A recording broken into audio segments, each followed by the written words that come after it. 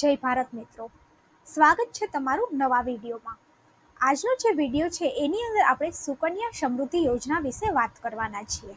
આમ તો તમને લોકોને ખબર જ હશે સુકન્યા સમૃદ્ધિ યોજના શું છે, પરંતુ આ વિડીયોની અંદર હું તમને વિગતવાર જણાવું છું કે આ યોજના શું છે। હવે સુકન્યા સમૃદ્ધિ યોજનાની આપણે વાત કરીએ તો કેન્દ્ર સરકારે દીકરીઓ માટે સુકન્યા સમૃદ્ધિ યોજના છે એની શરૂઆત કરી છે। માતા પિતા આ સ્મોલ સેવિંગ સ્કીમમાં રોકાણ કરી અને દીકરીઓનું જે ભવિષ્ય છે એ આર્થિક રૂપે સુરક્ષિત કરી શકે છે। દીકરી લગ્નને લાયક થશે ત્યારે ખર્ચ અથવા તો તેના ઉચ્ચ શિક્ષણના ખર્ચા માટેની ચિંતા છે એ માતા પિતાને રહેશે નહીં।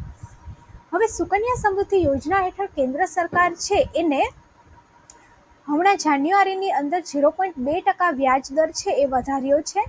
આની અંદર પહેલા 8% વ્યાજ મળતું હતું, પરંતુ હવે આની અંદર 8.2% વ્યાજ દર છે એ મળે છે।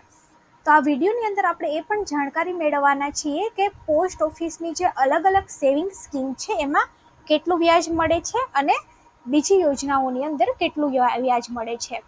વિડીયોની અંતની અંદર આપણે જોઈશું કે અલગ અલગ સ્કીમ્સની અંદર પોસ્ટ ઓફિસ કેટલું વ્યાજ પ્રોવાઈડ કરે છે। હવે સરકારે મેં આગળ જણાવ્યું એમ 1 જાન્યુઆરી નાણાકીય વર્ષ 2023-24ના જે ચોથા ક્વાર્ટર છે એના માટે વ્યાજની અંદર 0.20%નો વધારો કર્યો છે, એટલે હવે આ સ્કીમની અંદર 8.20% વ્યાજ છે એ આપવામાં આવશે। સ્કીમ દ્વારા દીકરીઓ માટે લાખો રૂપિયાનું ફંડ છે એ સરળતાથી તૈયાર થઈ શકે છે। હવે આ યોજના માતા પિતા વાલીઓને તેમની પુત્રી માટે વધુમાં વધુ 15 વર્ષ સુધી નાણાં બચાવવા માટે પ્રોત્સાહિત કરે છે।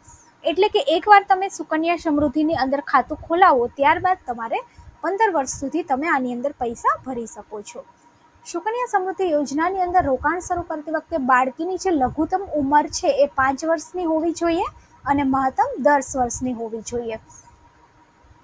જ્યારે છોકરી 21 વર્ષની થશે ત્યારે તમારું ખાતું છે એ પરિપક્વ થાય છે અને જ્યારે 18 વર્ષની થાય છે ત્યારે તેના શિક્ષણ અથવા તો લગ્ન માટે તમે ખાતામાંથી પૈસા ઉપાડી શકો છો। હવે યોજનાની અંદર લઘુત્તમ તમે 50 રૂપિયા જમા કરાવી શકો છો અને નાણાકીય વર્ષની અંદર મહત્તમ 1.5 લાખ રૂપિયા છે એ આની અંદર તમે જમા કરાવી શકો છો। હવે જો કોઈ નાણાકીય વર્ષમાં 250 રૂપિયા જમા કરાવવામાં નિષ્ફળ જાય તો ખાતાને ડિફોલ્ટ તરીકે ગણવામાં આવે છે। હવે ખાતું ખોલાવ્યાના 5 વર્ષ પછી અમુક શરતો હેઠળ તેને સમય પહેલા બંધ કરી શકાય છે। વ્યાજ દર છે એ નાણાકીય વર્ષના અંતની અંદર ખાતામાં જમા થાય છે અને સુકન્યા સમૃદ્ધિ યોજનામાં જે વ્યાજ મળે છે તે આવકવેરા કાયદા હેઠળ મુક્ત છે। હવે છોકરી 10 વર્ષની થાય ત્યાં સુધી તમે આ ખાતું છે એ ખોલાવી શકો છો। દીકરીના જન્મથી લઈ અને દીકરી 10 વર્ષની થશે ત્યાં સુધી તમે ગમે ત્યારે આ ખાતું છે એ ખોલાવી શકો છો। આ ખાતું છે પરિવારમાં વધુમાં વધુ 2 દીકરીઓ માટે ખોલાવી શકાય છે અને જો જોડિયા અથવા તો 3 બાળકો હોય એવા કિસ્સામાં 2 કરતાં વધુ ખાતાઓ પણ ખોલાવી શકાય છે। હવે ખાતું છે એ 21 વર્ષે મેચ્યોર થશે। હવે દીકરી જ્યારે 21 વર્ષની થઈ જાય અથવા તો દીકરીના લગ્ન થઈ જાય પછી ખાતું છે એ મેચ્યોર થઈ જશે અને વ્યાજ સહિતના જે પૈસા છે એ તમને મળી જશે। બાળકીના ઉચ્ચ શિક્ષણ માટે ખર્ચના કિસ્સામાં 18 વર્ષ પછી તમે સુકન્યા સમૃદ્ધિ યોજનાના ખાતામાંથી 50% સુધીની જે રકમ છે એ ઉપાડી શકો છો।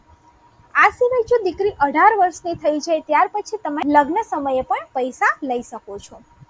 હવે 5 વર્ષ પછી ખાતું છે એ બંધ પણ કરી શકાય છે। ઘણીવાર એવા સંજોગો આવી જાય કે ખાતું બંધ કરાવવું પડશે, તો તમે જ્યારે ખાતું ખોલાવો છો ત્યાર પછીના 5 વર્ષની અંદર તમે આ ખાતાને બંધ કરી શકો છો, પરંતુ એનું જે વ્યાજ છે એ બચત ખાતા મુજબ આપવામાં આવે છે।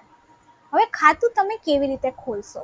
તો ખાતું ખોલવા માટે સૌથી પહેલા તો તમારે તમારી નજીકની જે પોસ્ટ ઓફિસ છે ત્યાં જવાનું છે। પોસ્ટ ઓફિસની અંદર સુકન્યા સમૃદ્ધિ યોજનાનું એક ફોર્મ હોય છે, તો તમારે પોસ્ટ ઓફિસમાં જઈ અને આ ફોર્મ ભરવાનું હોય છે અને ફોર્મની જોડે જરૂરી દસ્તાવેજો અને દીકરીનો ફોટોગ્રાફ જે હોય છે એ લગાવી અને ત્યાં તમારે જમા કરાવવાનું હોય છે અને એક ખાતું ખોલાવવાનું હોય છે। હવે મહત્વની વાત આપણે જાણી લઈએ કે તમે વર્ષ દરમિયાન જ્યારે પણ ઈચ્છો ત્યારે આની અંદર પૈસા છે એ જમા કરાવી શકો છો। હવે તમે જો કોઈ વર્ષે પૈસા જમા કરાવવાનું ભૂલી જશો તો તમારે 50 રૂપિયાની પેનલ્ટી ભરવી પડશે। હવે આ યોજનાની અંદર તમે કોઈ પણ પ્રકારનું દેવું નહીં લઈ શકો। આ યોજના 2/12/2003 રોજ અથવા તો ત્યારબાદ જન્મેલી કન્યાનું ખાતું છે આની અંદર ખોલાવી શકાય છે અને માતા પિતા છે એ ગાર્ડિયન તરીકે પણ ખાતું ખોલાવી શકે છે. જમા રકમ પર ACC હેઠળ ટેક્સ છે એની છૂટ મળે છે. આ જે ACC છે એ ઇન્કમ ટેક્સનો એક સ્લેબ છે, એટલે તમને આ યોજના હેઠળ ઇન્કમ ટેક્સની અંદર પણ છૂટ મળે છે. દીકરી જ્યારે 21 વર્ષની થશે ત્યાર પછી તમને આની અંદર વ્યાજ છે એ મળતું બંધ થઈ જશે. આની અંદર જરૂરી દસ્તાવેજોની આપણે વાત કરીએ તો બાળકીનું જન્મ પ્રમાણપત્ર, address proof, ID proof, PAN card, passport, ration card, light bill, driving licence અને ફોન બિલ, આટલું જે છે એ તમારે એઝ અ દસ્તાવેજ સ્વરૂપે આની અંદર આપવાનું હોય છે. અને જો ફોન બિલ ન હોય તો તમે લાઇટ બિલ પણ આપી શકો છો. હવે આની અંદર તમે એકવાર રોકાણ કરવાનું ચાલુ કરો તો આની અંદર તમને 67 લાખ રૂપિયા સુધી 21 વર્ષમાં મળી શકે છે. તો આપણે જોઈએ કે આ 67 લાખ રૂપિયા કેવી રીતે બને છે. હવે આપણે માની લઈએ કે જો કોઈ માતા પિતા દીકરીની 1 વર્ષની ઉંમરમાં જ દર મહિને 12,500 રૂપિયાનું રોકાણ કરે તો 1 વર્ષમાં તે 1.5 લાખ રૂપિયાનું રોકાણ કરશે. આ પ્રમાણે જો તે 15 વર્ષ આની અંદર રોકાણ કરે તો 15 વર્ષમાં તેને ભરવાપાત્ર જે રકમ છે એ 22,50,000 થશે. હવે 22,50,000 આપણે જોઈએ તો એના ઉપર અત્યારે જે વ્યાજ દર આપવામાં આવે છે એના અનુસાર આપણે જો ગણતરી કરીએ તો 21 વર્ષે દીકરી છે એને 67,34,000 જેટલા રૂપિયા છે એ તમે મળવા પાત્ર થાય છે. તો આની અંદર તમે જો દર મહિને 12,500 નહીં પણ દર મહિને તમે મિનિમમ 500 રૂપિયાનું પણ રોકાણ કરો છો તો તમને 21 વર્ષ પછી આની અંદરથી ઘણો બધો ફાયદો થઈ શકે છે અને તમારા દીકરીના જે ભવિષ્ય માટે તમે એક ફંડ પણ એકઠું કરી શકો છો. હવે પોસ્ટ ઓફિસની અલગ અલગ સેવિંગ સ્કીમ ચાલે છે, એની અંદર આપણે જોઈએ કે કેટલા વ્યાજ અત્યારે આપવામાં આવે છે. તો પોસ્ટ ઓફિસની જે સેવિંગ અકાઉન્ટ છે એમાં અત્યારે 4% વ્યાજ, પોસ્ટ ઓફિસનું રિકરિંગ ડિપોઝિટ છે એમાં 6.7%, મંથલી ઇન્કમ સ્કીમ છે એમાં 7.4%.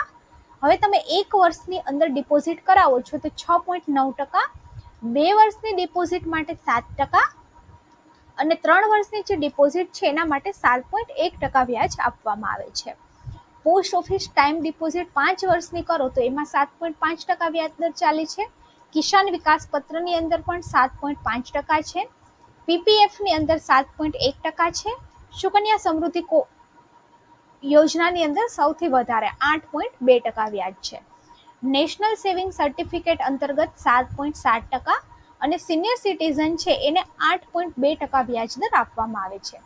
ત્યારબાદ મહિલા સન્માન સેવિંગ સર્ટિફિકેટ એક સ્કીમ ચાલે છે એમાં 7.5% વ્યાજ આપે છે. તો જે પોસ્ટ ઓફિસ છે એ સૌથી વધારે સુકન્યા સમૃદ્ધિ યોજના અને સિનિયર સિટીઝનની જે સેવિંગ સ્કીમ છે એની અંદર 8.2% એટલે કે સૌથી વધારે વ્યાજ છે એ આ બંને સ્કીમની અંદર આપે છે. તો આ જે છે એ પોસ્ટ ઓફિસની અલગ અલગ સ્કીમની અંદર કેટલો વ્યાજ દર મળે એના ઉપર છે અને વિડીયોની અંદર સુકન્યા સમૃદ્ધિનું ખાતું તમારે કઈ રીતે ખોલાવવાનું અને આમાં દીકરીને કઈ રીતે લાભ મળશે એની આપણે ચર્ચા કરી. તો જો તમને કંઈ કમેન્ટ હોય તો કમેન્ટ બોક્સમાં જણાવો અને આવી જ નવી નવી માહિતી મેળવવા માટે ચેનલની સાથે જોડાવો.